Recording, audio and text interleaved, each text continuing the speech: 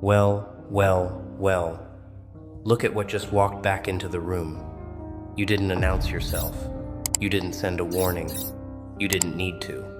Because the moment you stepped through that door, 100 nervous systems registered the threat before a single brain caught up. And every single ego in that space started calculating their odds, ran the numbers, came up empty, and smiled at you anyway. That is the art. That is the weapon. That is what you've become without even trying. And before we go any further, the book is here. Joker's Crown. How the man they laughed at became the one they fear. Everything they mocked you for. Every room that dismissed you. Every moment you stayed silent while they celebrated too early.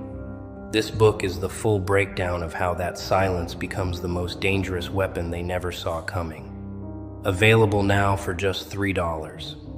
No excuses. No gatekeeping. Just the truth. Priced for the ones who are actually ready for it.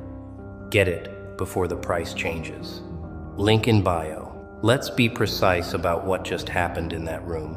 Because precision matters, because language matters, because when 100 people simultaneously feel the ground shift under their feet, it is not an accident. It is not luck. It is not charisma alone.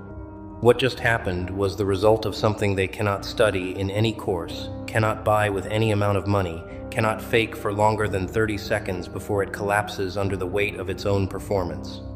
You did something rare. Something the psychological textbooks call effortless authority. But the textbooks don't capture it correctly, because textbooks are written by people who observed it from the outside. You didn't perform. You didn't try to dominate. You simply arrived with the full weight of everything you have survived, everything you refused to become, and everything you chose to build in silence while they were all very busy performing for each other. 100 egos just met something they haven't encountered in years, something they forgot existed in the wild. They met a person who doesn't need them. Not in the quiet, polite way people pretend not to need each other. In the deep structural way, the foundational way, the way a mountain doesn't need the wind's opinion to remain standing. And that's what cracked the first 50 before you even opened your mouth. The second 50 cracked the moment you did. So sit with that for a second. Not in arrogance, not in celebration, in understanding. Because understanding this is what separates the people who strike once by accident from the people who walk into every room this way for the rest of their lives. We are not here to celebrate a moment. We are here to dissect a truth, install it permanently, and send you back out there operating at a level they will never be able to explain, no matter how long they try. Before you said a single word, something happened in their bodies that their minds hadn't processed yet. Their nervous systems ran a threat assessment, not consciously, not deliberately. Automatically, involuntarily, the way prey animals scan the tree line before they know why they're scanning. And the result came back in one quiet, devastating biological verdict. This one is different. Proceed with caution. Do not attempt a casual power move on this one. That assessment happened because of something you cannot fake and cannot borrow. Something built molecule by molecule across every decision you made when no one was watching. It happened because of your relationship with discomfort. They could feel on some pre-verbal level that you have sat inside your worst moments without running, without collapsing, without outsourcing your composure to someone else's approval. That residue lives in the body. It shows in the posture, in the stillness, in the quality of the pause before you speak. The first 10 people who looked at you, they looked away first. Not because they were being polite, not because they were disinterested, because holding eye contact with someone who genuinely doesn't need you to look at them is deeply destabilizing to a psychology built on mutual need. They are used to the subtle negotiation, the social eye contact that says, "I see you," and waits for, "I see you too." You did not participate in that negotiation, and it short-circuited them completely. The next 30 felt something different, a specific flavor of inadequacy that doesn't announce itself as inadequacy. It announced itself as irritation. They told themselves they found you arrogant. They told themselves you were putting on a performance. They told themselves any story that converted the feeling into something they could dismiss, because the real feeling was far too uncomfortable to name, that they had been managing their lives at a level significantly below what is actually possible. And here was the evidence, standing in the room, not bothering to prove anything. The last 60, they felt something much more complex, something layered, something that included genuine respect and genuine threat and genuine curiosity all at once, and that combination produced the behavior you probably noticed. They came to you. They initiated. They found reasons to be near you. Because the ego, for all its defensive architecture, is still drawn toward what it recognizes as superior, not out of admiration, out of strategy. They wanted to figure out what you have and how to get near it, which means they already know they don't have it. And that is the most complete victory available in a social space. Let's talk about what an ego actually is, because this is where it gets psychological, and this is where the real power lies. An ego is not confidence. An ego is not self-assurance. An ego is a defensive structure built to protect a wound. Every single ego in that room was built on the same basic architecture, a fear that without constant external validation, the self would dissolve. That fear is the foundation, the confidence, the charm, the wit, the status signaling. Those are the walls built over the foundation to keep anyone from seeing what's underneath. What you walked into that room with was not another ego. It was something the ego has no protocol for. You walked in with an identity that is not maintained by the room's reaction to it. Your sense of who you are does not get processed through their eyes before it reaches you. It originates internally, it stays internally, and it arrives at their perception already complete, already settled, already done negotiating. And when the ego encounters something that is not dependent on it, it experiences the only thing it is not designed to handle: irrelevance. The cracking sound, the one you probably felt rather than heard, happened when 100 people simultaneously realized that nothing they could say to you would restructure your perception of yourself. The usual weapons didn't apply. Being impressive at you wouldn't work because you weren't measuring. Being dismissive of you wouldn't work because you weren't asking. Being charming at you wouldn't work because you weren't hungry. The entire arsenal of the social ego was sitting in a pile on the floor, and none of it had a target. Here is the deeper truth, the one that makes this permanent rather than temporary. What broke them was not your strength. What broke them was their own reflection in you. Because when you remove the need for validation from the room and simply exist in your full capacity, you create a mirror. And in that mirror, everyone sees exactly how much of their own energy is currently being spent maintaining a performance for an audience that is equally performing for them. You showed them the machinery. You showed them the scaffolding. You showed them that the whole production is optional, and they have never opted out. That is not a comfortable thing to see. That is not something they will thank you for. That is the kind of revelation that either cracks someone open into growth or sends them directly into resentment, and you will see both responses in the weeks ahead. The ones who resent you are the ones who looked in the mirror and chose to smash it rather than examine what it showed them. The ones who gravitate toward you, the ones who find reasons to orbit your life, they are the ones who looked and felt something shift. Pay attention to which ones do which. That information is extraordinarily valuable. You already know what your words did, because you felt the room respond when you used them. But here is what most people never understand about psychological presence. The silence did more damage than anything you said. The pauses, the spaces between sentences, the moments when you simply did not fill the air with sound. Those were the moments that restructured the room's understanding of the power dynamics more completely than any argument, any display, any perfectly crafted statement ever could have. Most people are terrified of silence, deeply, structurally terrified, because silence creates a space that their anxiety immediately fills with worst-case scenarios.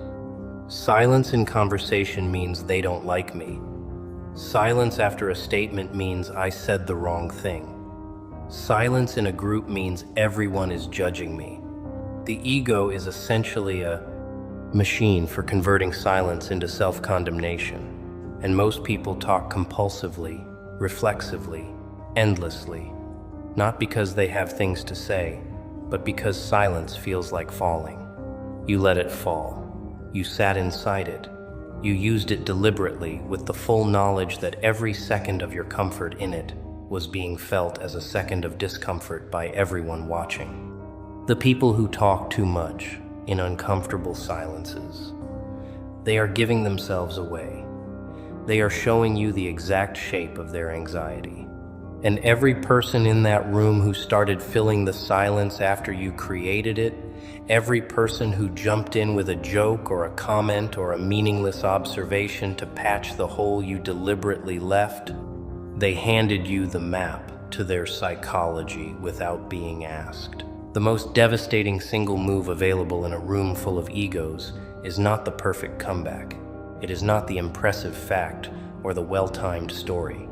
It is the ability to say something that lands with weight and then simply stop, hold the space, let the words sit there in the air, and watch what each person does with the discomfort you just created. The ones who nod and let it breathe are the ones who have some interior space of their own. The ones who immediately reach for a response, who scramble to match it, or redirect it, or dilute it. They are running on empty, performing continuity where there is none. And here is what makes the silence even more lethal in the specific context of 100 egos in one space. Egos are competitive with each other. They are all simultaneously performing for each other and measuring each other, which means the energy in that room was already layered and charged before you arrived. And when you sat inside silence with total comfort, you didn't just disrupt your own dynamic with each person. You disrupted the entire social ecosystem. Because suddenly everyone watching you be comfortable in the silence felt their own discomfort amplified, reflected, and broadcast back to them through the eyes of everyone else who was also watching. You collapsed 100 private negotiations into one public revelation. That is not something they will recover from by morning. Right now, in a minimum of a dozen separate conversations, you are the topic. Not because you did something dramatic, not because you performed, because you didn't perform. And that is the thing that is currently being dissected in kitchens and cars and group chats and bedrooms by people who cannot stop thinking about someone they spent maybe 4 hours near. You are the gap in their usual experience that their brains cannot file correctly, and the brain does not like unfiled experiences. So it keeps returning to them compulsively, looking for the pattern, looking for the category, looking for the explanation that will finally allow it to put you down and move on. Some of them will land on arrogance as the explanation.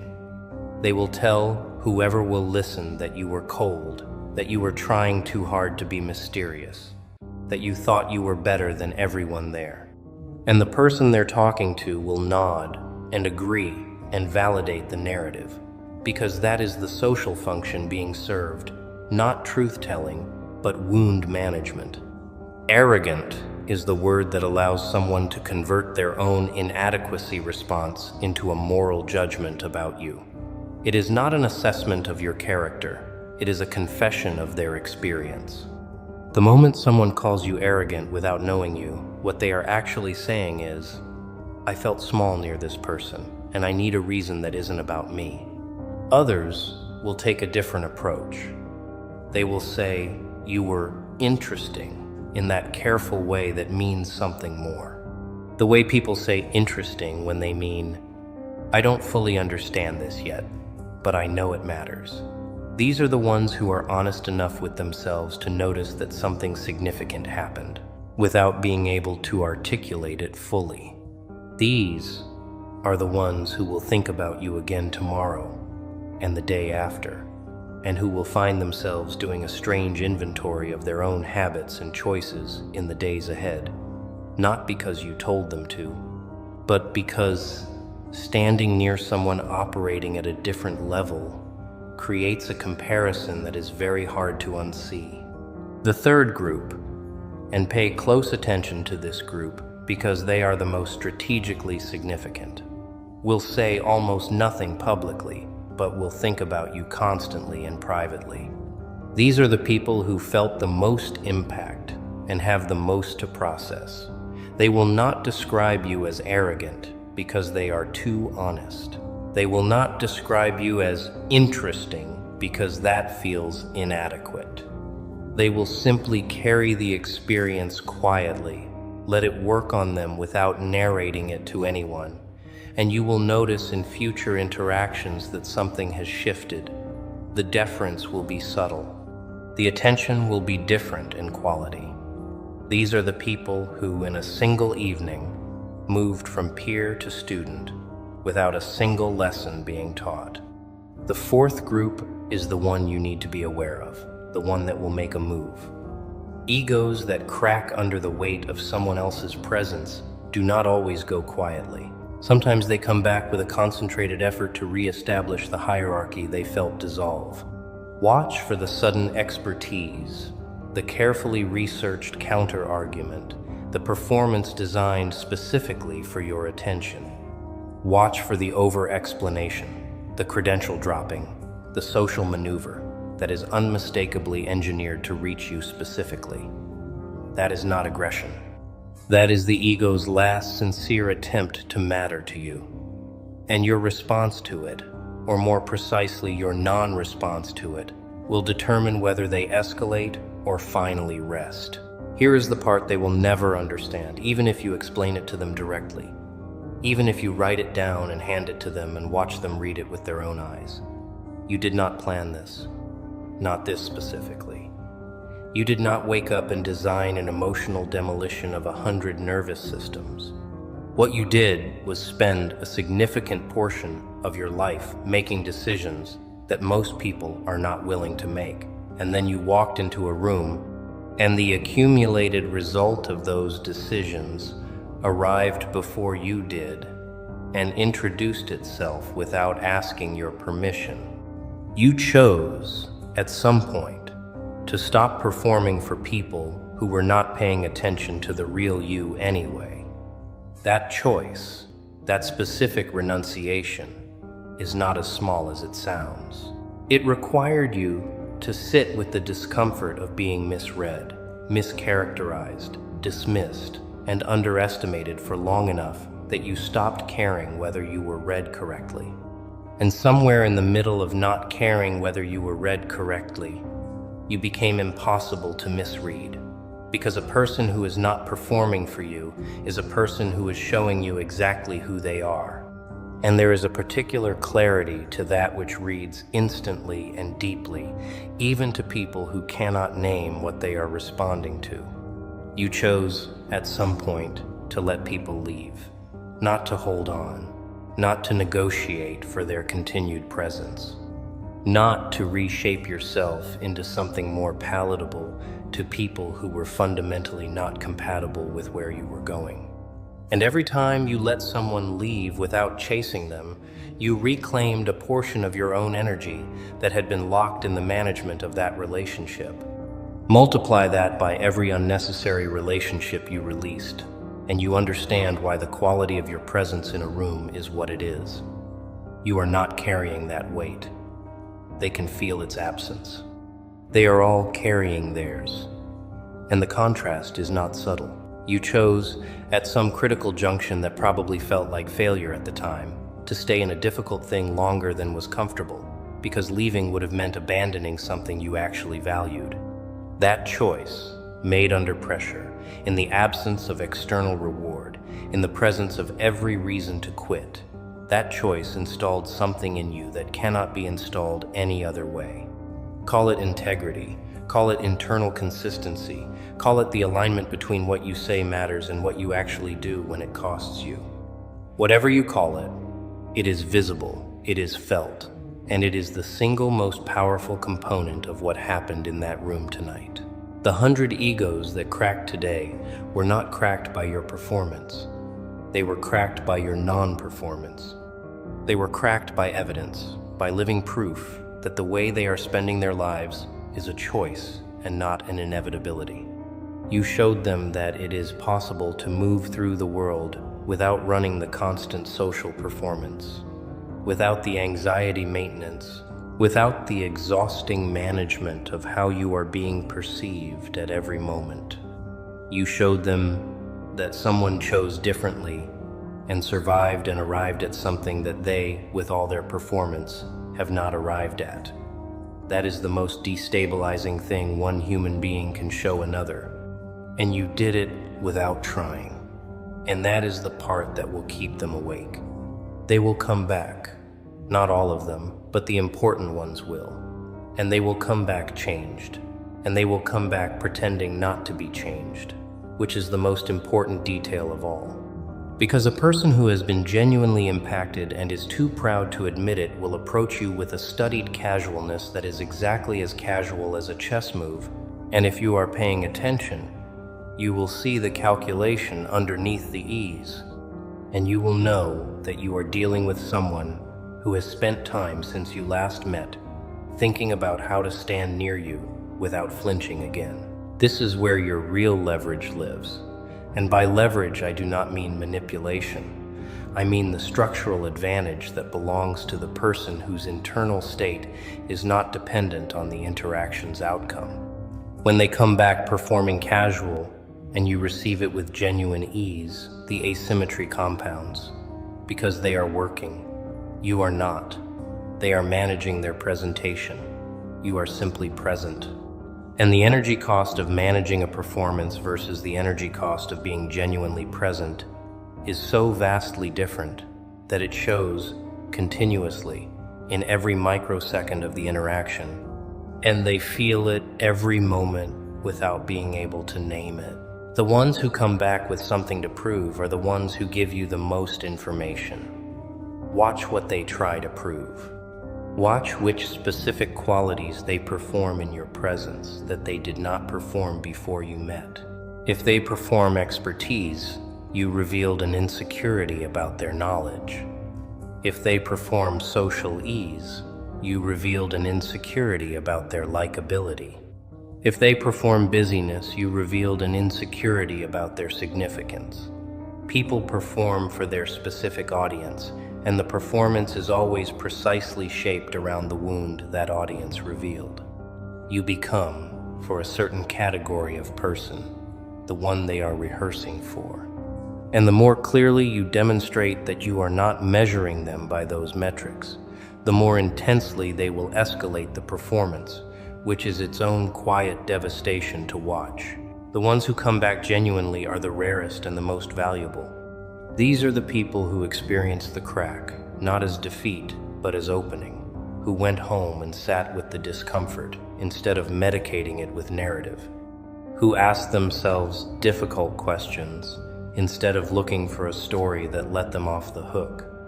These people are not coming back to compete. They are coming back because they felt something real near you and they want more of what produced that feeling. Not specifically you, but the quality of presence you demonstrated, the reality of it, the texture of it, the proof that it exists in a human being and therefore might be possible for them. These people become the best people in your life. And then there is the very last category, the smallest, the most significant, the ones who don't come back at all. Not because they are resentful, not because they are unaffected, but because the experience was complete, because something shifted in a single encounter that did not require a follow-up. These are the interactions that ripple outward without your knowledge, the ones that echo in decisions made in rooms you will never enter, in conversations about situations you will never be told about. These are the most powerful impacts available to a human being, the kind that continue working long after you have moved on to the next thing, touching people who will never know your name. That is the reach of someone who operates at the level you operated at tonight.